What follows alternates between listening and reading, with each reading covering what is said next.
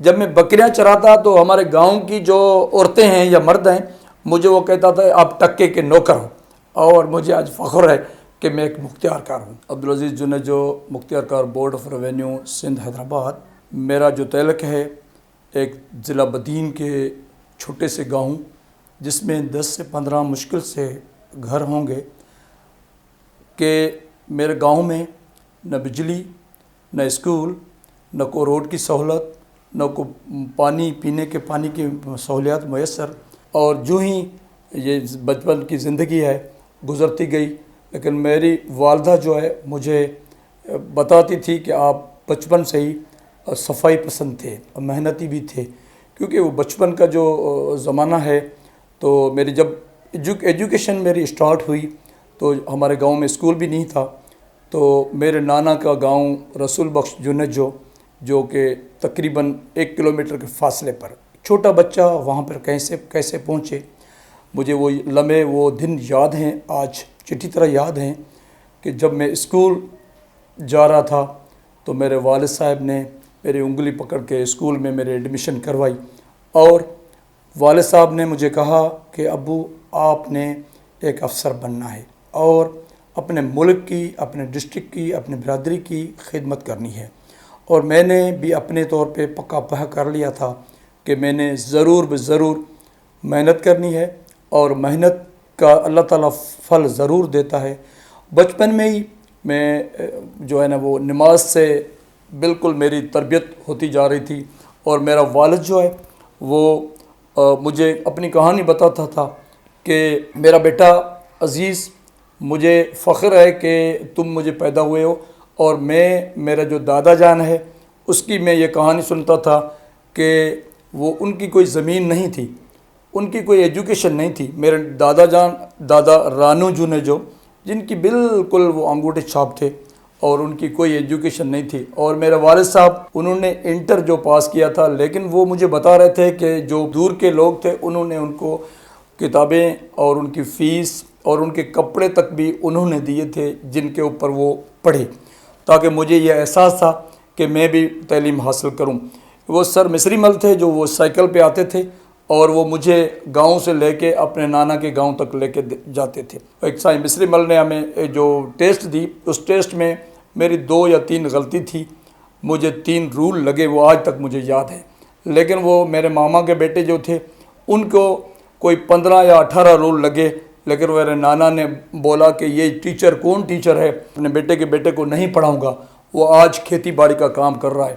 لیکن میں نے جو محنت کی، خیر 5ویں کلاس میں نے جو پاس کی تو ہمارے پسگردائی میں کوئی بھی مڈل اسکول اور ہائی اسکول نہیں تھا، اور ہمارے گاؤں سے کوئی 5-6 کلومیٹر دور گورنمنٹ مڈل اسکول غلام محمد پنجابی تھا، وہاں پہ میں نے 6 کلاس سے اسٹارٹنگ لیا۔ ایک ہمارے بہت ہی اچھے استاد اور میرے والد کے اچھے دوست سائیں نور احمد صاحب تھے، وہ اپنی گھوڑی پر آتے تھے، جہاں پہ کبھی کبھی مجھے گھوڑی پہ لے کے جاتے تھے اسکول، اور میں وہ چھوٹا تھا، پھر میرے والد صاحب نے مجھے سائیکل بھی لے کے دی، لیکن سائیکل پر میرے پاؤں بھی نہیں پہنچتے تھے۔ میری والدہ جو ہے وہ مجھے روٹی کبھی پیاز میں، کبھی انڈے میں، کبھی کچھ وہ مجھے باندھ کے دیتی تھی، میں سائیکل میں وہ باندھ کے جاتا تھا، بالکل چھوٹا تھا۔ ایک دن مجھے یاد ہے کہ جب میں 2 بجے یا 3 بجے کے قریب میں وہاں سے سائیکل چلا کے غلام محمد پنجابی سے اپنے گاؤں پہنچتا، تو ہمارا گاؤں یونین کونسل بڈو کمرانی، اور گاؤں کا نام ہے دودھ چنیجو، تحصیل ماتلی ہے، ڈسٹرکٹ بدین ہے۔ یہ سندھ کا بہت جو ہے نا وہ رورل ایریا کا علاقہ ہے، جہاں پہ کوئی اتنی خاص ایجوکیشن نہیں ہے، اور ہمارے میں اتنی اویئرنیس بھی نہیں تھی۔ 8ویں کلاس میں نے پاس کی تو 9th اور 10th ابھی پھر گورنمنٹ ہائی اسکول 170 جے کہ وہ ڈسٹرکٹ کی میرپور خاص ہے، ابھی اسی ٹائم جو ہے نا وہ 170 سینٹر بھی نہیں تھا، اس کا سینٹر جو ڈگری تھا، ڈگری ہم سے 15 کلومیٹر دور ہے۔ ایک بس آتی تھی ہمارے گاؤں سے، بڈو کمرانی سے، وہ ڈگری جو جاتی تھی، مجھے یاد ہے صبح 8 بجے جاتی تھی، شام کو 5 بجے آتی تھی۔ جب وہ کوئی آدمی بس نکل گئی تو پھر وہ اس کو پیدل آنا پڑتا تھا۔ تو میں نے 9th اور 10th گورنمنٹ ہائی اسکول 170 سے کی، اور الحمدللہ میں نے بی گریڈ میں جو ہے نا وہ میٹرک کی۔ میٹرک کے بعد میرے والد صاحب نے مجھے کہا کہ ابو آپ کو میں نے پڑھانا ہے۔ ہمارے پڑوس کے جو 1-2 دوست تھے ابو کے، انہوں نے کہا کہ آپ ایسا کریں کہ ڈپلومہ ان کو کرائیں government college of technology Hyderabad. 84 اور 85 کا یہ دن ہے، اور اسی ٹائم میں حالات بھی ایسے اچھے صحیح نہیں تھے، حیدرآباد کے حالات، کراچی کے حالات بہت خراب تھے۔ میری والدہ نے کہا کہ آپ بیٹے کے دشمن ہو، کیونکہ میرے بیٹے کو آپ جو ہے نا وہ اسی حالات میں گھر سے دور چھوڑ رہے ہو۔ ہم جو سندھی لوگ ہیں وہ اگر ایک گاؤں سے دوسرے گاؤں یا شہر تک جاتے ہیں تو اپنے آپ کو جو پردیس سمجھتے ہیں، حالانکہ ایسی بات نہیں ہے۔ Education is most powerful weapon, you can change the world. Education میرے والد نے پکا پا کیا، اور مجھے کہا، وہ مجھے آج لمحے یاد ہیں، ہمارے گاؤں کے نزدیک تقریباً 2-2.5 کلومیٹر کے جو لوگ تھے، ان کا ایک مکان تھا حیدرآباد میں ممتاز کالونی میں، جو نئی پل کے نزدیک ہے، وہاں کا ایک روم مجھے ملا تھا۔ میں وہاں پہ جب میری ایڈمیشن ہوئی تو مجھے 50 روپے میرے والد ویکنڈ پہ دیتے تھے، جو کہ اسی ٹائم یہ ڈبل مارٹ جو بس چلتی تھی گول بلڈنگ سے ٹیکنیکل کالج، اور مجھے اسکالرشپ بھی ملتی تھی۔ تو میری ایڈمیشن خواہش تھی کہ میری سول میں ایڈمیشن ہو، لیکن بدقسمتی سے سول میں نہیں ہوئی۔ پھر میری میکینیکل ٹیکنالوجی میں ہمارا HOD اقبال آرائیں صاحب تھے۔ آج بھی مجھے وہ لمحے اور وہ گھڑیاں اور وہ باتیں جو ہے نا وہ بالکل دماغ میں پھرتی ہیں، کہ وہ جب میں ڈپلومہ کر رہا تھا تو میرے ذہن میں یہ بات آ گئی کہ میں نے یہ جو بتی گاڑی کے اوپر ہے وہ بتی والی گاڑی ضرور حاصل کرنی ہے۔ اور وہ میں بتاتا جاؤں کہ میں بالکل غریب تھا، ڈگری سے حیدرآباد آنے جانے کا اسی ٹائم میں 9 روپے فل کرایہ تھا، میرا ہاف کرایہ 4.5 روپے تھا۔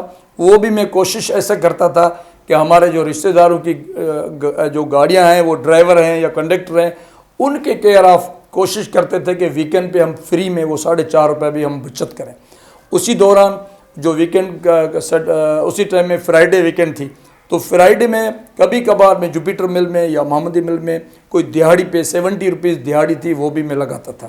اور کبھی کبھار میرا وہ چاچا، اللہ تعالیٰ اس کو جنت نصیب کرے، سائنداد لال، وہ مزدوری کرتا تھا بیچارہ، لیکن میں اسی کے ساتھ سل اور تغاری کی جو مزدوری کر کے دیہاڑی لگاتا تھا، تاکہ مجھے یہ تعلیم حاصل کرنی تھی، کیونکہ میرے پیرنٹس بالکل غریب تھے۔ اور پھر میں نے ڈپلومہ جب کیا، یہ 3 سال کا جو لمحہ ہے وہ بہت ہی، مجھے اسکالرشپ بھی الحمدللہ ملتی تھی۔ میں اپنے ابو کو کہتا تھا کہ ابو مجھے یہ 50 روپے جو ہے نا وہ اس میں میرا گزر سفر نہیں ہوتا تھا۔ اور مجھے یاد ہے کہ میرا ایک ماموں، ہم نے گورنمنٹ کالج کاری موری میں ایڈمیشن لیا تھا فرسٹ ایئر میں، NCC میں ٹریننگ لیا تھا، لیکن میری مدر جو بیمار تھی تو وہ مجھے یاد دلا تھا کہ آپ کی ماں بیمار ہے، آپ پڑھائی کرنے آئے ہو۔ ایک دن ہم آتے، دوسرے دن پھر دوبارہ چلے جاتے۔ لیکن پھر جب میں نے ٹیکنیکل میں ایڈمیشن لیا تو پھر وہ چلے گئے، اور میں نے اس کو کنٹینیو کیا، اور اپنی ماں کو بھی یاد کرتا۔ اور اسی ٹائم میں یہ موبائل فونیں بالکل نہیں تھی، اور خط و کتابت ہوتی تھی۔ اور پھر میں نے جب ڈپلومہ کیا، ڈپلومہ کے بعد میں ابھی یہ کانسیپٹ ہی نہیں تھا کہ PCS کیا ہے، CSS کیا ہے، RQE کیا ہے، یا اور بھی کوئی ایگزام ہوتے ہیں، ISSB ہوتی ہے، یا کوئی پیٹارو کالج ہوتا ہے کوئی اچھی۔ اور میرا جو والد تھا وہ یہ اپروچ ہی نہیں رکھتا تھا نا کہ مجھے پڑھائے بھی صحیح۔ وہ اس کی اپائنمنٹ ہوئی ایز اے ملیریا سپروائزر۔ وہ ملیریا سپروائزر کی تنخواہ میرے خیال میں 200-400 روپے اسی ٹائم میں تنخواہ تھی، اتنی بڑی تنخواہ بھی نہیں تھی۔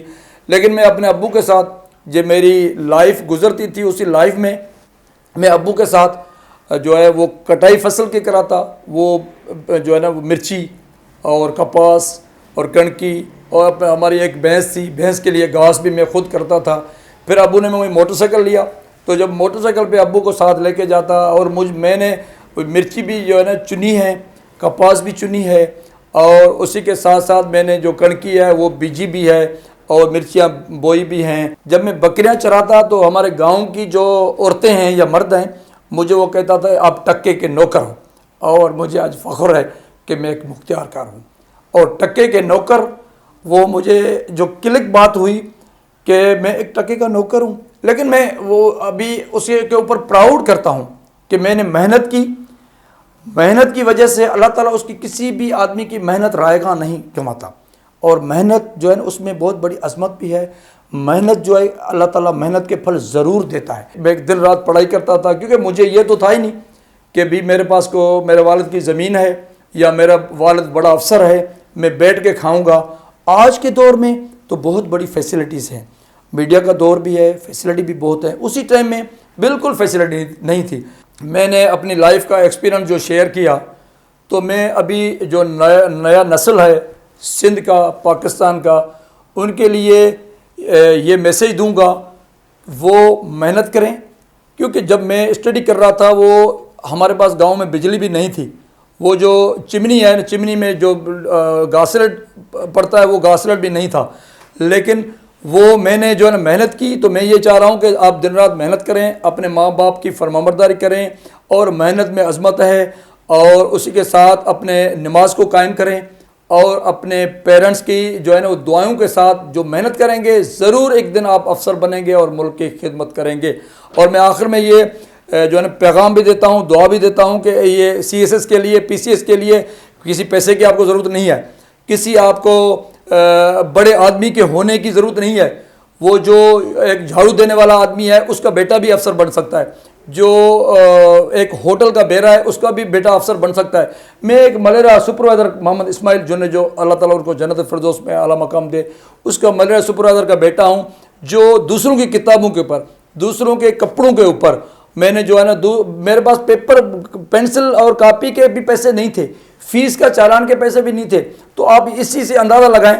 میں آن اوتھ، آن ٹروتھ یہ آپ کو بتا رہا ہوں، یہ میسیج دے رہا ہوں کہ آپ خدا را اپنے اور والدین اور جو جن کے بیٹے ہیں، اللہ تعالیٰ ان کو زندگی دے، صحت دے، اپنے بیٹوں کو اچھی گاڑی نہ لے کے دیں، اپنے بیٹوں کو اچھی کتاب لے کے دیں. اپنے اگر بیٹے نہیں ہیں تو بھائی کے بیٹا جو ہے، بہن کا بیٹا جو، ان کو اپنا بیٹا سمجھیں.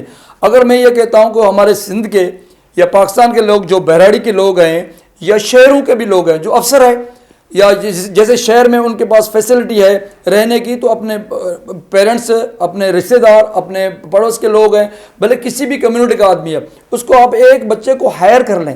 ہائر سے مراد ان کے کپڑے، ان کا کھانا پینا، وہ آپ افورڈ کریں. اگر ایک بچے کو بھی آپ افورڈ کریں گے، آپ کے بلینس اور ٹریلینس، یہ جتنی جو پراپرٹی ہے، یہ کسی کام کی نہیں ہے. اگر ہم اپنے ملک کے لیے چاہتے ہیں کہ ہمارا ملک ترقی کرے، تو اپنے بچوں کو اچھی تعلیم دلائیں.